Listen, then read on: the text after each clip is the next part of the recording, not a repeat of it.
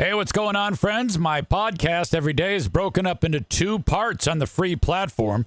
The first part, Act 1, is right now. When it's all done, go right on over to Act 2 to get the second half of the podcast.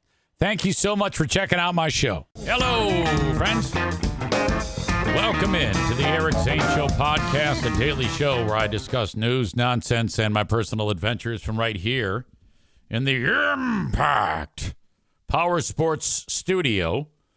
Impact Power Sports, you can find them at impactpowersportsmi.com or along 14 Mile Road, their physical location in the middle of nowhere, Rockford, Michigan.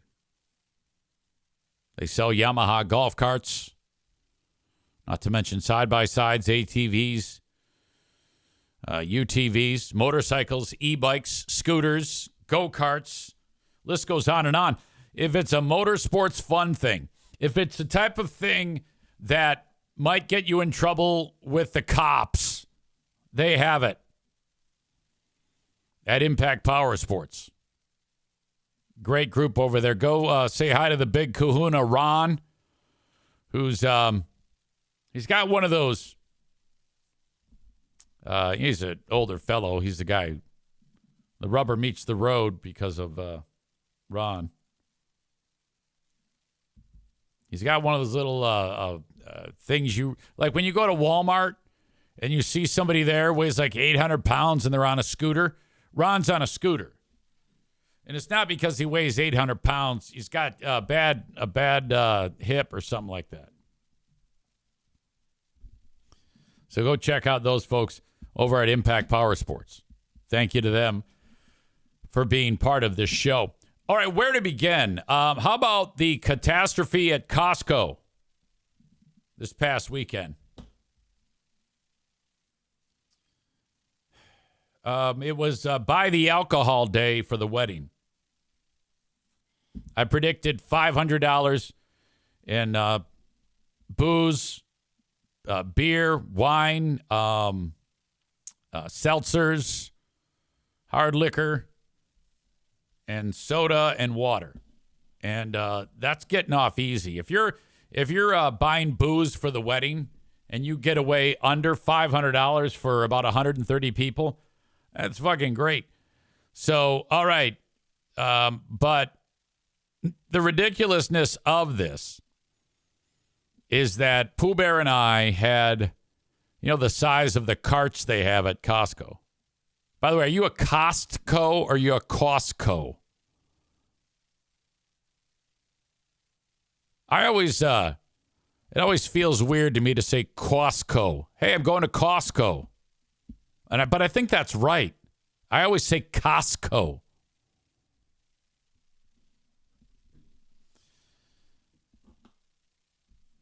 Corey says Sam's Club. Great place, too. It reminds me, I got to tell the Fabio story again.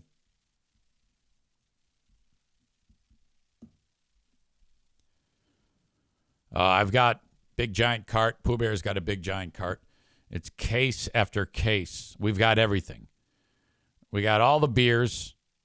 We've got all the seltzers, all the wine, giant bottles of vodka and whiskey.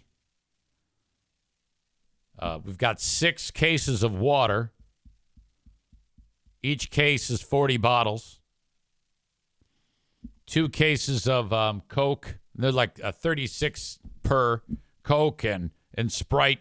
And I run into my dentist there, Dr. Jake. And he says, "Did you bring a truck?" I go, "No." And he goes, "What did you drive here?" A Honda Accord. He goes, "Ugh. It's going to be way low." So sure enough, we get to the parking lot, which, by the way, this place is so busy these days. You can't even find a parking spot. You got to park in the business next to it. It's getting worse. We get all the shit over. We can barely push the carts. Okay, there's so much stuff in it. And not only is it a lot of weight and probably not the best move in this car, Small car, small to mid-size, I guess. But we didn't have enough sense to like take any of the shit out of it that was already in it. There's always a ton of shit in our cars. We're the people, husband and wife team, that when we pull into the driveway, everything just stays in there. We get out of the car, and then it stays in there for like months. So I go to put the first case of water in the back seat. There's a couple of book bags and lunchbox, random fucking umbrella. I go, all right, we got to get all this shit out of here. We got to figure this out. And she goes, how about you drive home in this and go get your truck? And I'm like, of course we do it like this. Of course this is how we do it. And that's exactly what Bob is asking. He says, you have a pickup. Why not use that? Well, it wasn't until this point that we realized, well, we needed the pickup. Never occurred to either of us that we would need the truck. It didn't even occur to us when Dr. Jake, the dentist, said, you're going to need a truck. We said, ha, okay, ha, ha, whatever.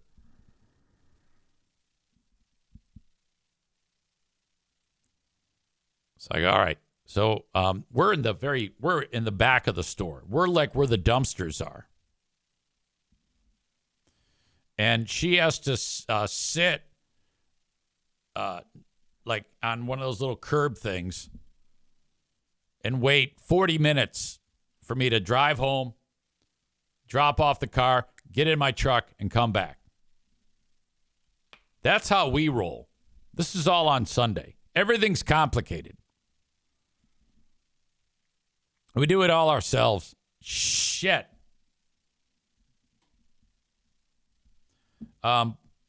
We got it all set.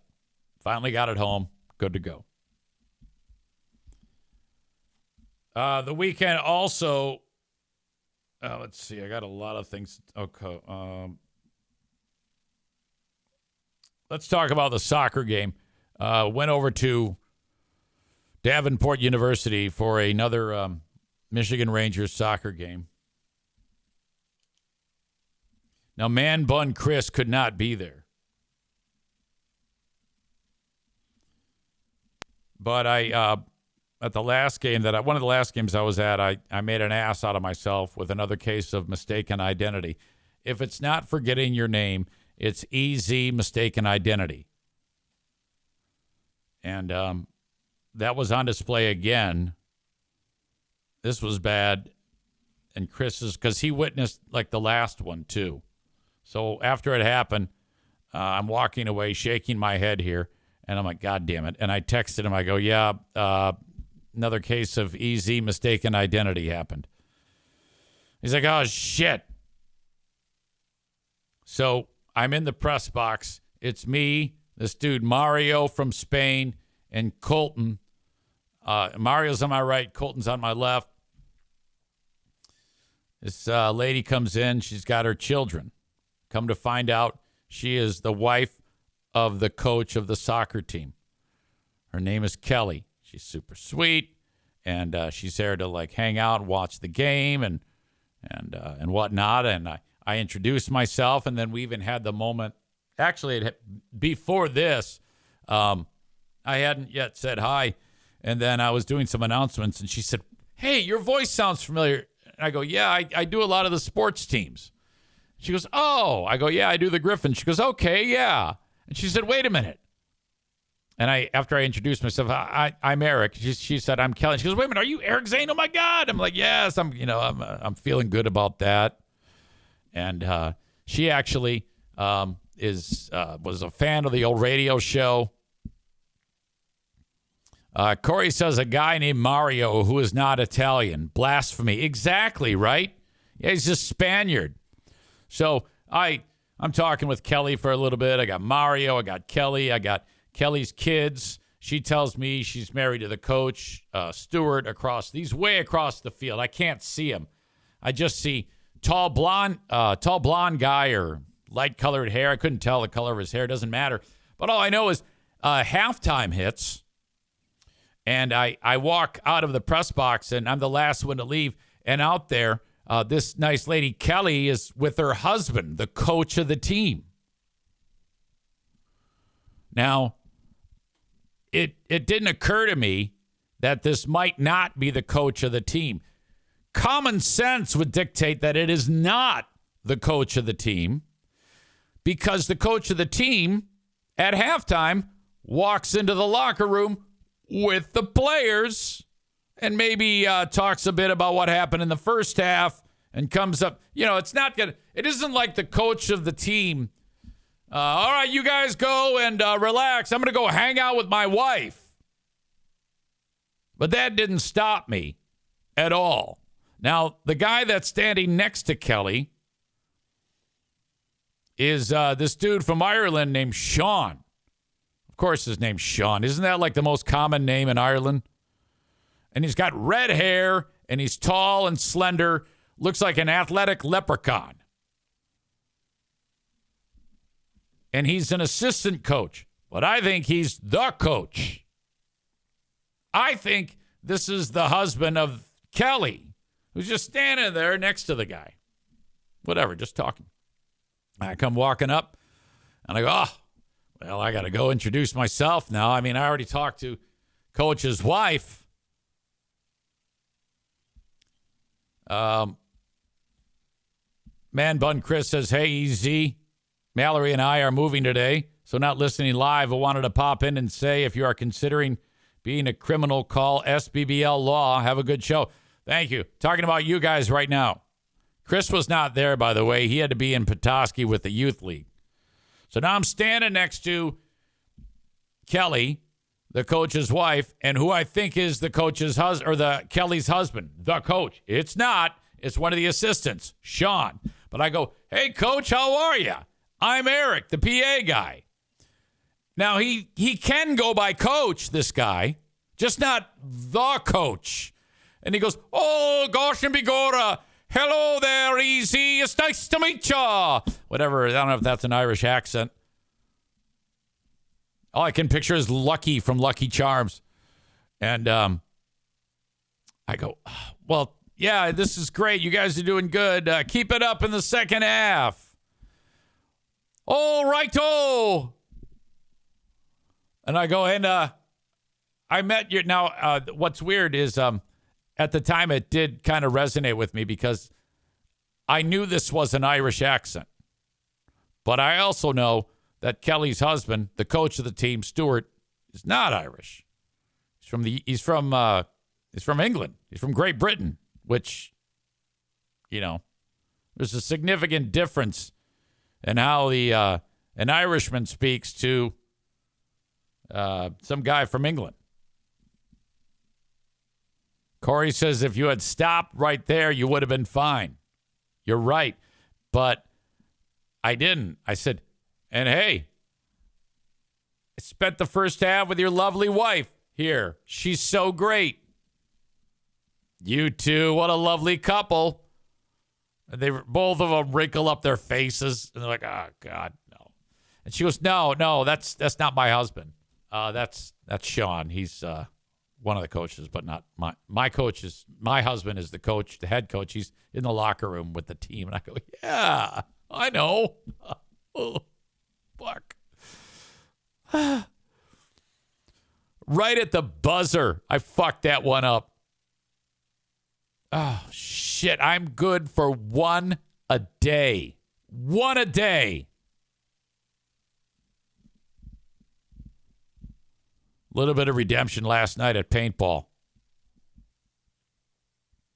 The Kuipers brothers are there, Kevin and Matt. Somebody reminded me that there's a dude that works there. I was talking with Tom, who's running our game, because Rick wasn't there. And I pointed this guy over at the cash register. He refers to me by my name. I should know his name. I go, hey, what's his name? And he tells me the guy's name.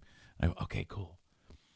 And then fast forward later on, that dude comes out and he gets some pizza. And I'm talking to him. And he goes, hey, man, thanks for the pizza. I appreciate it, Zane. And then as he's walking away, it's time to, do or die, sink or swim. And Kuipers is there. and he's seen me do this before. Same goddamn thing. Possibility for easy mistaken identity. And I go, good to see you, Dwayne. It's Dwayne, right? And he turns around and looks at me and he goes, yep. And I'm like, yes! Yes! Come back!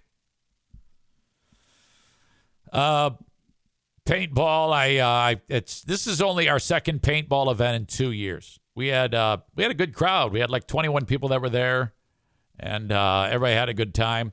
But I'm really feeling my age. I have been ever since I got sick with that nasty cough. I haven't worked out.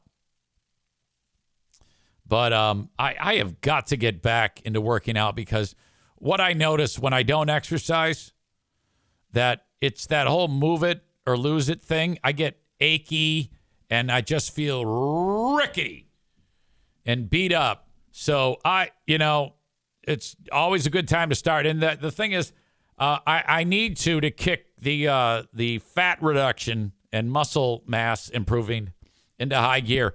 I'm going to update Fatathon in just a second. And there's a lot of news concerning the Fatathon that, I mean, seriously, this might be the most monumental week that we've ever had. All right. Rebecca says, come on, work out with me. Rick adds, Rick is here from TC. He says, EZ, how about another paintball event on July 20? You don't have to twist my arm, God damn it. That might not work. I'll get with you after the podcast and we'll talk, because I've got a busy week that week, but I might be going up north for a week-long commitment for the radio station up there, but we'll figure something out. Always a good time. First off, I'd just like to say that even I have standards. Concerning our pal Free Beer, abruptly, as it was described on their show, they were running to the air. They landed in Charlotte, and then they got to run to meet their connection. And they all get to the gate, and they make their connection, but there's no Free Beer. They can't figure out what happened to him. And then a short time later, he informs them, I stopped at the nearest gate. I am taking a plane back to Michigan. Emergency, emergency, emergency. I am here to tell you it was not. There is no way that it was appropriate for that dipshit to turn around and go back. I am well aware of everything that happened. I can't believe this is, to me, the only reason why that moron went back is because moron wife said, come back, because there was some fucking shit hit the fan concerning something that I am not going to go into in any way. So there's a lot in play there that makes it so this is something that I will never talk about. Easy, how in the world do you know? Well, you understand that my pal Coleman Lutz is, he gets all the information firsthand, and he explained to me what happened.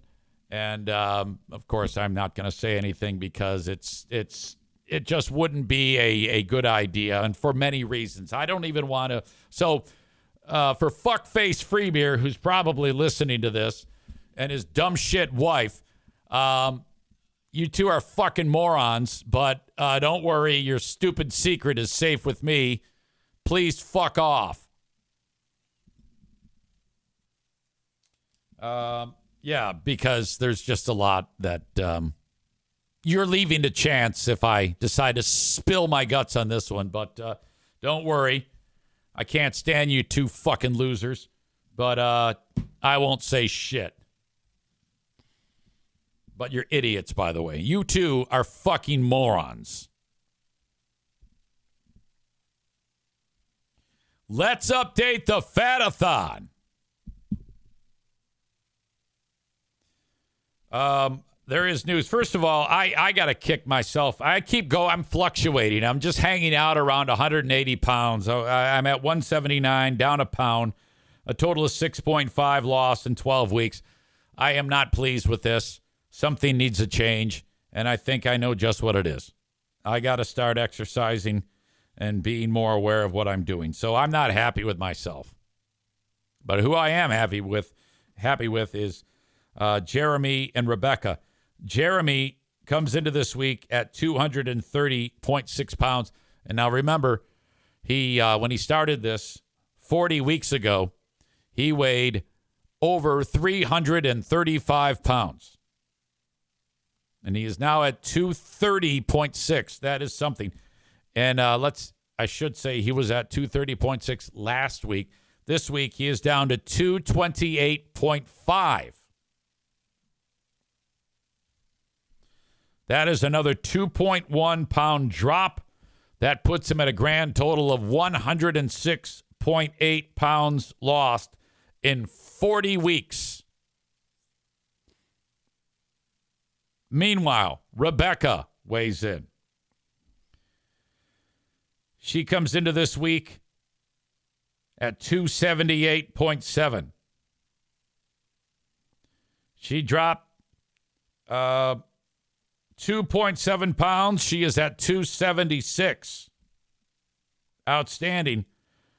That is now 18.6 pounds lost in 19 weeks. And with the 2.7 pounds lost, that is the most lost of the group. So she gets the star on the blubber.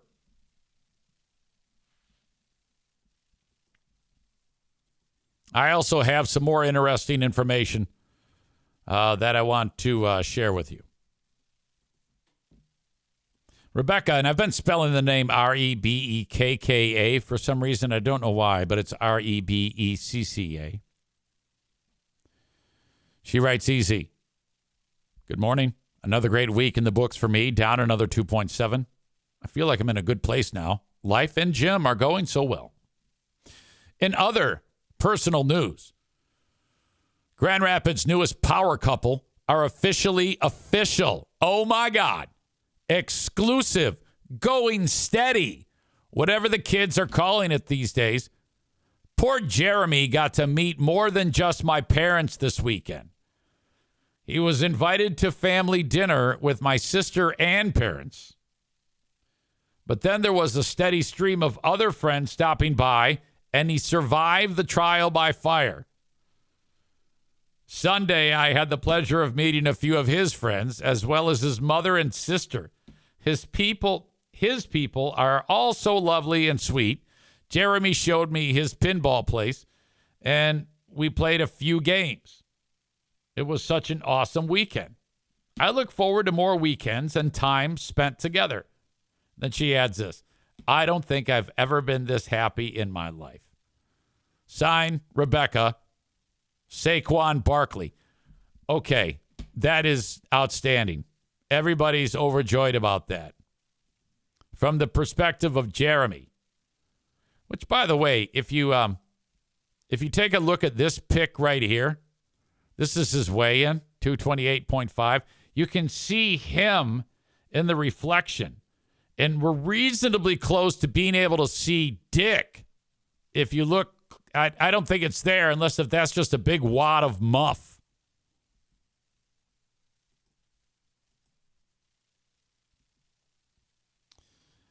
Jeremy points out that Rebecca has back-to-back stars on the blubber. Jeremy writes this. Mr. Consistency. I'm still on track to hit my goal of 225 pounds by my birthday. I've also reached the point where I think I need to talk to my doctor about lowering my blood pressure meds. There were multiple times in the past week when I felt extremely lightheaded and while standing up. Yeah, I'm guessing what you're on is what's known as a vasodilator. So the medicine makes your blood vessels larger so that more blood can travel through them. Perhaps you're right about that. I think my BP drops too low, which makes sense because I was prescribed this dosage 100 plus pounds ago. Yeah, you should definitely reach out. I think you can. Do you have like my chart? You can just send a message to your doc. So I'm going to start recording my BP at different times throughout my day for the next week or so and see what the doctor says. And we've arrived at the fun part of this email. Third date update. This is interesting, hearing this from the perspective of these two. Went to Grand Rapids on Saturday to hang out with Becky. I picked her up, and we went over to her mom and dad's house to celebrate her dad's birthday. I ended up meeting most of the family and longtime family friends, and I'm happy to report that they are all extraordinarily kind people. The cookout was great. The company was fantastic and welcoming. I had a great time. We went from there back to her condo around 9 p.m. My work schedule's a little wonky right now. I was getting quite tired at that point. So Becky invited me to stay the night since we planned on hanging out on Sunday anyways.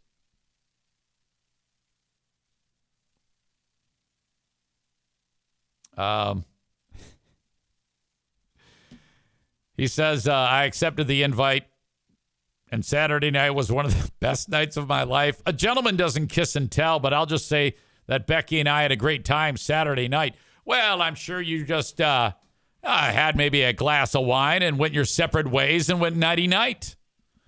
We woke up late on Sunday because we were up quite late on Saturday. Took Hank on a walk and hung around at her place. We eventually left to go to dinner with my family down here in Kalamazoo, and that went equally great. My family is kind to a fault, so I knew it would be fine, but it was nice to see that Becky seemed to like them. After dinner, we went to the bar, played pinball. She's a natural. Talks a little bit more about the good times that they had. He says it was the perfect way to spend the weekend. One of the best weekends I've ever had.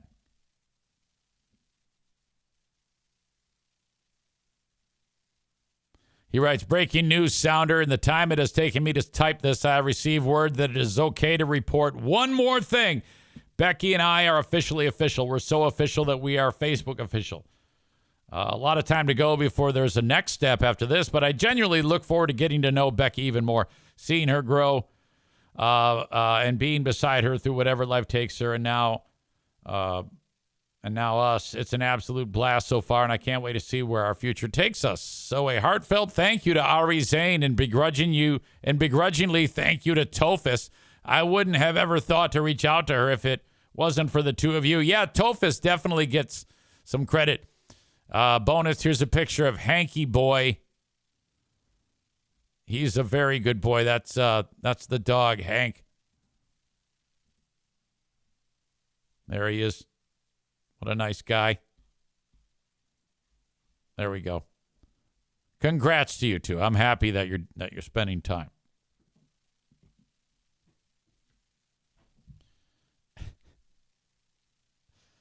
Various comments. Cole says, played hide the salami. Yeah, I don't want to.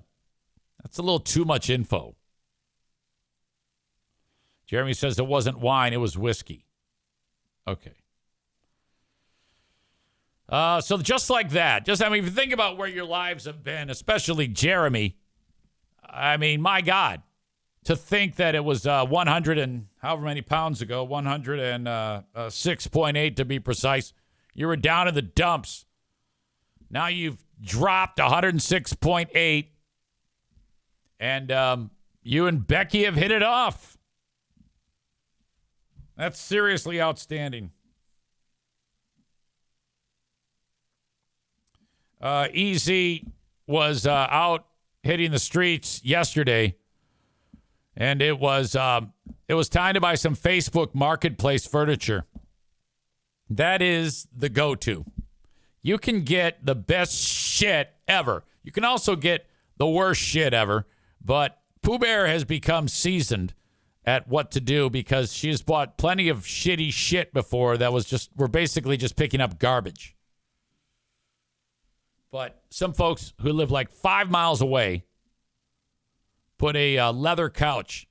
Now, I told Pooh Bear, I go, we are never, ever buying new furniture again. Ever. As long as we have pets. Never, ever. It's just not happening.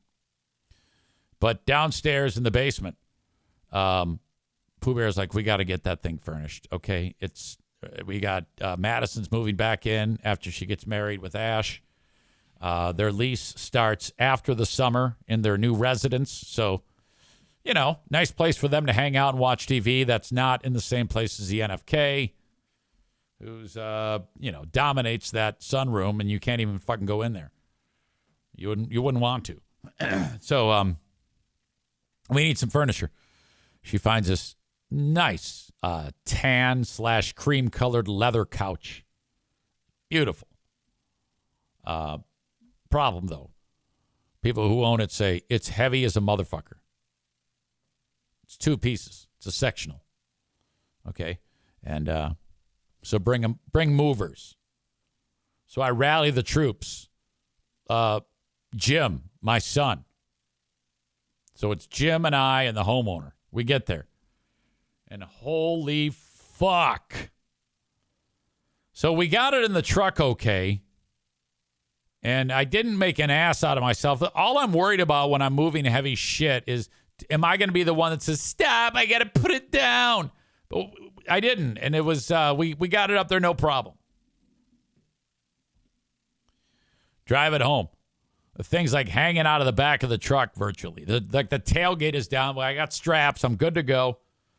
No major problems to report. Getting that thing in the basement. 2 things. You know how like on your couch you've got those. You can easily take off the. It usually adds about 3 inches to the width. The feet on each corner made out of wood.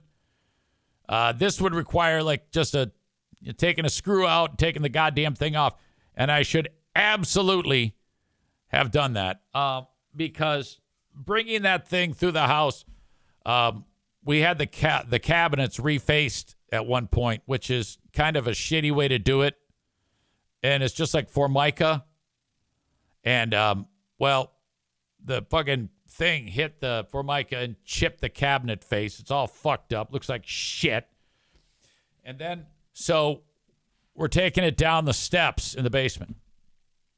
And that same foot is, it's like this, it's just going down barely. But that wooden foot is touching the wall. And dare I say it's pretty much gouging it. So literally all the way down that wall is a nice fucking gouge. And it really bums me out. Things like that really, really upset me. Like it's the type of thing where it affects me for like many minutes, maybe hours after that. Oh my God, this is fucking terrible. And I feel bad and I'm annoyed. And so Diana sees it and she goes, well, we'll just paint the wall. Now that's how you handle that shit. Yeah, we'll just paint the wall. And I'm like, I wanna like yell, okay? I wanna fucking freak out over all this shit. But something's keeping me from doing it. I don't know what it is. I think as I age, I've gotten in the habit ever since Pooh Bear taught me the size of the problem thing. Where Eric, size of the problem. And I'm like, okay, no, you have to do it. Show me the size of the problem. And then thumb and index finger, about 1 inch, and I show it to her. And she says, your reaction. I'm like, I don't want to do it. She goes, no, you got to do it. So then I put my arms out wide. This is my reaction. And she goes, yeah, your reaction needs to match the size of the problem. Are you doing that right now? No. Well, then you're going to have a bad time. It has to match. So I was successful, but I didn't want to be successful. Much the same Bob says, see wall behind Eric. Exactly. Which I think we're at about 6 months now that wall's been like that. You can't rush into this shit. I wanted to throw shit and break it inside of my garage because I almost got fucking killed. The garage is back to being a shithole again because we had that garage sale, and then the shit that we didn't sell, it just stayed there. So there's the third bay is like a collection for nonsense. And I was walking through the garage, and like on a pair of Crocs, these things always are trying to kill me. See how you have the holes on here? Well, that is a perfect size for a shepherd's hook. We tried to sell this shepherd's hook at the garage sale. You like hang a bird feeder on it or whatever. And nobody bought the goddamn thing. So it's laying on the floor of the garage, but it's slightly up. So the toe of the Croc hit the end of it, and that end went into the hole. And then the rest of the shepherd's hook is latched onto whatever the fuck is in there. It's an anchor is what it is. So now it has me, but I'm still walking. And I swear to God, I thought I was going to break my leg as I fell to the floor of the garage. And I'm just laying there. And I'm like, what the fuck? What's got me? What is this? A goddamn bear trap? Fuck. I also had to spend part of, what day was it? Saturday. Those things called Blackstone grills? I got one a year ago for Father's Day. And it's been in the box, for that long. Now, after assembling this and doing what I'm about to tell you that I did, I realized that assembling it is not a problem. This is a painless job. I should have done this. I don't know why I didn't, because I'm seriously going to love this thing. It's going to be awesome. Having this flat top cast iron griddle with all that space. Fucking great. So I build it. I go, yeah, this thing is nice, man. Now I need it because Madison's getting married Friday, and my caterer needs a Blackstone. So I go, hey, I got you. But I gotta season it, and so that involves turning it on for like 15 minutes, getting it super hot, and then you gotta like put oil on it, and you know how like you're seasoning a cast iron pan, but then you got to do it like you got to season the shit out of it, and then let it all burn off, and do it again, season, burn off, and this takes a while. Bob says they're overrated. What do you mean overrated?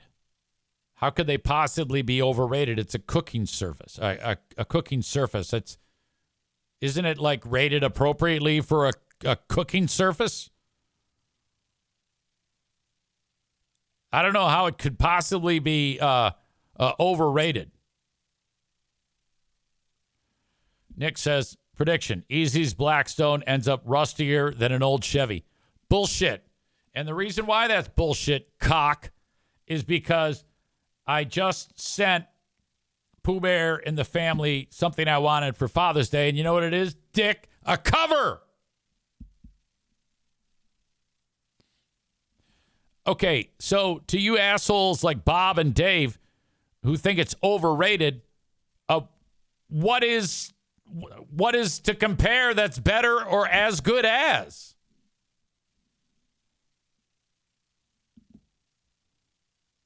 But David says it'll be in the next garage sale. Well, I guess that's possible.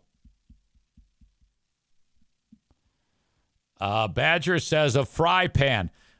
Dickhead, a fry pan is this big. This is this big. You can put everything on there. Any regular grill, this is for fucking frying, asshole. A grill is a grill for grilling. This is a flat top grill, dick. You guys are fucking just busting my balls. I can't tolerate this stupidity. Ignorant sluts. All right. We had an NFK weekend here. Part of it is when he gets nosy, it's a sight to behold. I mean, the level of nosiness on him is really outstanding. Like, I have a thing now where I want to see if he's listening in. Like, if I have a phone conversation, I can hear the TV on in the sunroom, and I'm in the kitchen. And if I start talking to whoever's on the phone, the sound immediately stops coming out of the sunroom from the TV. He's hit mute so he can hear what the fuck is happening. And then after the conversation, he'll come and ask me questions about the conversation that I just had. That's the level of nosiness this is. And then this happens. I'm out seasoning that grill in the garage. And I'm literally seated in a chair, and you can't see me if you're from the door because there's a mattress that's blocking. Remember I said there's shit all in the garage? No, so there's a mattress in the way, and you can't see me. But I'm in there. Pooh Bear leaves to go to open houses for some of the students that she's from school, obviously. And this door from the house to the garage opens, and this happens quite regularly. If he doesn't know, so he in his brain, he's like, "Where's Eric? I haven't seen from him or heard from him in a while." So he has to get up, and then I'm there, and the door opens. Now, if I stand up, it's just going to be me and him looking at each other. And then he's going to see me like this and then close the door. And it's creepy as fuck, okay? Imagine that. So I'm there, and I'm seated, and I hear the door open. And all I can picture is him standing there, looking out, scanning the garage, trying to look out the garage to see if there's anything in front of the house that would show my whereabouts. And it must have been one fucking full minute of him standing there, and then the door closes. I'm like, Jesus Christ. A little bit of time passes. I go inside. He goes, "Hey, where were you?" And I go, "Well, I was just out in the garage seasoning the grill." And he goes, "Oh, okay." So weird.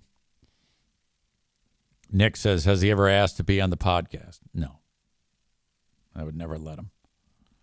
He needs to be stuck in 1976 when it comes to the communication level. One of you made a comment. I think it was Corey, and he might have made it twice, about the NFK and Ash will be fun together. You'd be surprised. He does stick to his own little routines and things like that. I don't think it'll be anything weird. We've got enough room here that we can give him a wide berth. And I that's what I've said to her, to Madison and to Ash, is, hey, just, stay in your own routines and just know that don't try to get in his way, which I think I did the other day. This is what I see all the time around this house. The NFK will go and get a paper towel, and he folds it in half, and then he takes it over to where he sits. He opens up his little footrest that has a lid on it, and he puts this in there, and they just pile up. And similar to that. This is a level of an example of the level of the rituals that he gets himself involved in, which I don't know what causes this. I don't know, because Diana, being that she works with autistic people every single day, she has said to me, he has autism. Not to mention the brain damage, the alcoholism, the heavy, powerful medications he takes, all the years of grand mal seizures. He's fucked up. So, he's got these tasks that he has to do. And one of them centers around the coffee. So he makes a lot of iced coffee. And it's in a cup. And then he'll pour it into like a bottle that you would see a guy on a bike using. He's got a lot of these bike bottles. There's about 5 of them in the fridge of the iced coffee. Usually takes about 10 hits of that, and then he'll dump it out. Sometimes he'll only take 5 hits, and he needs to do something with the rest of it. Now, conventional wisdom would tell you that, okay, he's got 1 in the fridge. Should be 1 in the fridge, maybe 1 backup. But no, he's got 5. And sometimes he'll just take 5 hits of it and put in it, and you would think he would just put it back in the fridge, but that is not what he does. The process involves, at some point in the morning, getting one of these paper towels and setting it down on the counter space to the right of the oven. And then he'll sit back down. And a few minutes later, he'll come back with the iced coffee that he wants it back in the fridge. But he won't just put it right back in the fridge. I watched this happen Saturday, and it's fucking crazy. He'll set the bottle down on the paper towel, and then he'll get another bicycle bottle and set it down on the paper towel. Then he'll grab the first one, take the lid off, and pour it into the second one. Put the lid on the second one, put the second one in the fridge, take the bottle with now nothing in it, the first one, won't rinse it out, just take it and set it on a shelf. And then he'll throw this away. That's it. And I'm like, now, I was talking to my son about this. And he says, do you say anything? I go, no, I'm not going to get in the way of that. He's got it down. I said, if I spent my day asking him why do you do that, correcting him, I go, it would fuck him up. Okay? He's happy. It doesn't bother me. Well, it does bother me, but I don't give a shit. It's just nutty. I go, if I did that, I'd be doing it all day. And it'd probably alienate him, and he'd hate my guts and stab me in my sleep. We can't have that. The other day, I was telling Kuipers this yesterday, the Kuipers brothers. One of these paper towels was there, and I used it. I grabbed it to wipe something down. And he had already set it there. So he's walking back, and he's expecting it to be there when he gets there. And he gets there, and he looks down. Looks left, looks right, and everything's fucked up. Now he has to go get another one. Oh. Molly says he doesn't listen to this show. No, ma'am.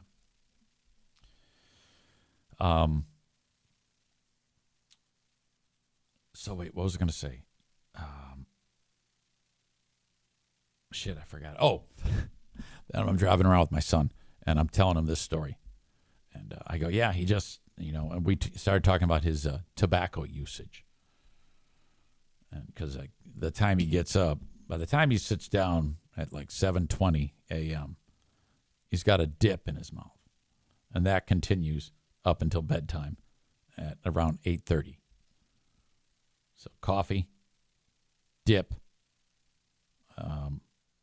TV, frozen meals, wash, rinse, repeat. And then I cracked the joke. My son said, Jim goes, why don't you let him start ripping Zins? That way he's not using the chewing tobacco. And I go, no, because that'll extend his life.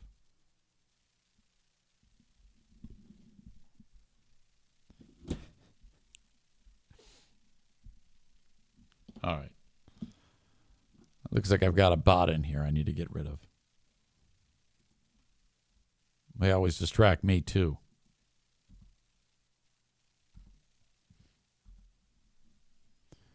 But that was part of the weekend, seeing something like that. The NFK, a legend. An absolute legend. Which, by the way, I got to get those pants into the cleaners. The same pants that had the shit in them. Rebecca says, don't forget your work meeting. I appreciate that, madam. You guys got my back. In fact, I'm going to leave it right there, and I'll be back after the work meeting. Q100, staff meeting, big news to share, I'm sure. I'll talk to you in a handful of minutes. Thank you, folks, and bye-bye. All right, that is Act 1 of the podcast. Act 2 is available right after this one. Go check it out. What are you doing? Don't miss a second of it. Thank you so much.